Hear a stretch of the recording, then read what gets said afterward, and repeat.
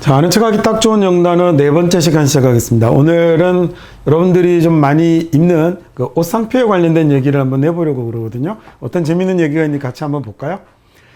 아주 익숙한 매장이시죠, 그죠? 여러분들 많이 입으실 것 같습니다. 이런 회사를 요즘 스파 브랜드라고 이렇게 많이 부릅니다. 그 스페인 회사죠. 이렇게 자라 같은 이런 회사도 그렇고 H&M이나 이런 상표들의 그 회사를 스파 브랜드라고 하는데, 보통 왜 라면을 만드는 회사하고 유통하는 회사, 판매하는 회사가 다 다르잖아요. 근데 그러지 않고 그러니까 옷도 마찬가지일 텐데, 옷의 생산부터 유통, 판매까지를 한 회사가 모두 책임지고 관리하는, 그래서 자기들의 동일 시스템 안에서 해결하는 이런 회사를 스파 브랜드라고 하죠. 그래서 거의 유니클로 같은 경우가 거의 효시가 정확하게 사실 모르겠어요. 근데 거의 이렇게 아주 대표주자격인 그런 브랜드이죠. 상표를 이렇게 쓰는데요. 이 유니클로는 도대체 어떤 의미를 가지고 있는 걸까 한번 볼까요?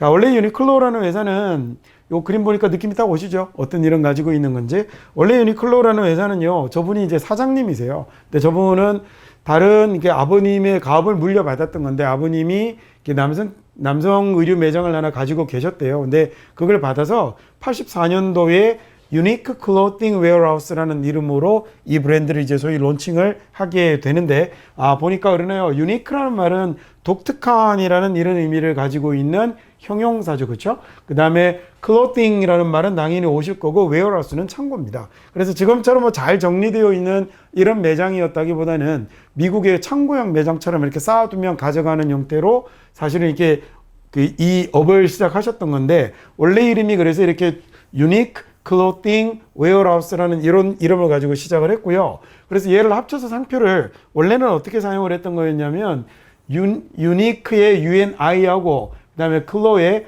CLO를 이용해서 유니크 클로팅이라는 이름을 썼던 건데, 이 회사가 처음에 홍콩 법인이 나가면서요. 그래서 이제 영어로 주문을 받을 때 누군가가 실수로 오타로 CLO를 QLO라고 이렇게 써버렸답니다. 그러면서 저걸로 수차에 걸쳐서 여러 번 상품을 받게 됐고, 그래서 그 주문하다가 그대로 굳어서 아예 이 상표를 그대로 회사의 브랜드로 쓰게 됐다는군요.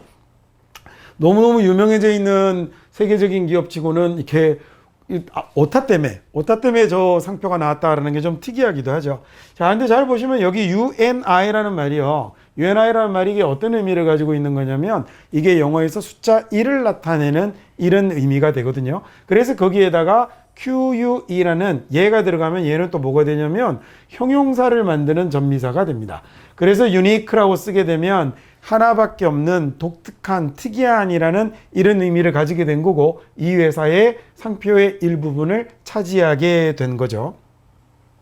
자, 그래서 이렇게 유니라는 말이 들어가는 것들은 영어 단에서 이제 몇 가지를 살펴볼 겁니다. 우리가 단지 유니클로 얘기 알자고 이거 보는 건 아니잖아요. 자, 이렇게 되어 있는 딱 보니 뭐예요? 예, 교복입니다. 교복, 그죠? 교복도 보니까 이건요? 이게 또 우리나라의 국적기 항공사 아닙니까? 그래서 아주 세계적인 또 유명한 항공사죠. 자, 이런 것들을 이제 제복이라고도 하잖아요. 이런 것들을 영어로 뭐라고 부르냐면 유니폼이라고 부르는데요. 얘가 유니폼이 되는 이유도 여기 UNI라는 말이 얘가 뭐가 되는 거냐면 숫자 1을 나타내는 말이기 때문에 그렇죠. FRM이라는 말은 여러분, 이게 우리가 폼 잡는다라고 할 때 그 폼이 이거거든요. 그러니까 폼이 이게 우리나라 말이 아닙니다. 그래서 폼생 폼사 이런 말 쓰고 다니시면 안 돼요. 여기 폼이라는 말이 어떤 의미냐면 모양, 형태라는 뜻을 가지죠. 그래서 우리가 format 이런 단어를 쓰기도 하고, 그 다음에 형성이라는 단어에 formation이라는 이런 단어를 만들어 쓰기도 하는 게, 이 form이라는 말이 모양, 형태라는 뜻을 갖고 있기 때문이고요.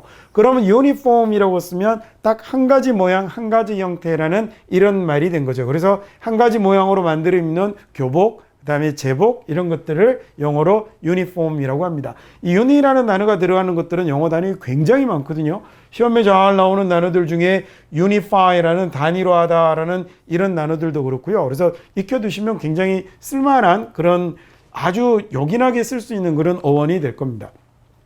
자, 지금은 이제 역사 속으로 사라진 야구단입니다. 현대 유니콘스 야구단이라는 인천을 연고로 했던 야구단인데요. 저는 뭐 야구에는 뭐 그렇게 많이 관심은 없지만 그 예전에 이 팀이 있었다 정도의 사실 기억밖에 없거든요. 야, 이 유니콘스라는 그러면 이 이름도 앞에 있는 유니하고 뭔가 관련이 있겠군요. 여기 뒤에 콘이라는 말이 붙어 있고요. 아, 그러면 뭔가 콘이 하나 있는 걸 유니콘이라고 부른다 봅니다. 저 콘은 실제로는 뭐냐면 콘은 이 뿔을 콘이라고 그래요. 그래서 유니콘이라는 건 영국의 문학 작품이나 이런 데 굉장히 자주 등장하는 동물인데 하얀색의 말이고 엄청난 힘과 능력을 가지고 있는 마법을 부리기도 하는 말인데요. 이 마법의 힘이 어디에서 나오는 거냐면 여기 있는 뿔에서 나오는 거예요. 그러니까 우리말로 하자면 유니콘이라고 하면 뿔이 하나라는 얘기니까 얘는 우리말로 하자면 어느 정도 되는 거냐면 웹뿔 정도 되는 거군요. 영국 문학 작품에 굉장히 많이 등장하는 걔네들의 뭐 설화, 신화 같은데 나왔던 동물이 굉장히 많이 이렇게 언급이 되는 거랍니다. 그래서 예전에 인천을 연고로 했었던 야구단의 이름이 현대 유니콘스였던 건 이 유니콘이 뿔 하나 달린 얘를 그 상징처럼 쓰고 있었기 때문인 거죠. 유니 기억하실 수 있겠죠? 자, 마지막으로 단어 하나만 더 보고 갑시다. 이건 뭐 여러분 잘 아시겠지만 국제연합입니다. 국제연합 우리가 UN이라고 부르는데 이 UN도 유나이티드가 붙어 있었던 거군요. 여기 네이션이라는 단어가 국가잖아요. 그죠? 그래서 국가들의 연합이어서 국제연합 유나이티드가 된 거고요. 아, 그래서 영국을 UK라고 쓸 때 U도 그다음에 USA라는 말을 쓸 때 U도 똑같이 전부 다 어떤 말이 들어가는 거냐면 United, 하나로 되어 있는 이라는 연합이라는 이런 의미를 가지게 된 거였군요. 자, 우리 오늘 그 유니크 클로팅에서 그 유니클로를 만들려고 하다가 그 사람의 실수로 유니클로가 돼버린 상태에서 출발해서 영어에서 숫자 1을 나타내는 어원 유니를 한번 살펴봤습니다. 어디 가서 아는 척도 한번 해보시고 우리 아는 척만 하지 마시고 유니를 이용해서 여러분이 어휘력도 많이 한번 확장해 보실 걸 부탁드리겠습니다.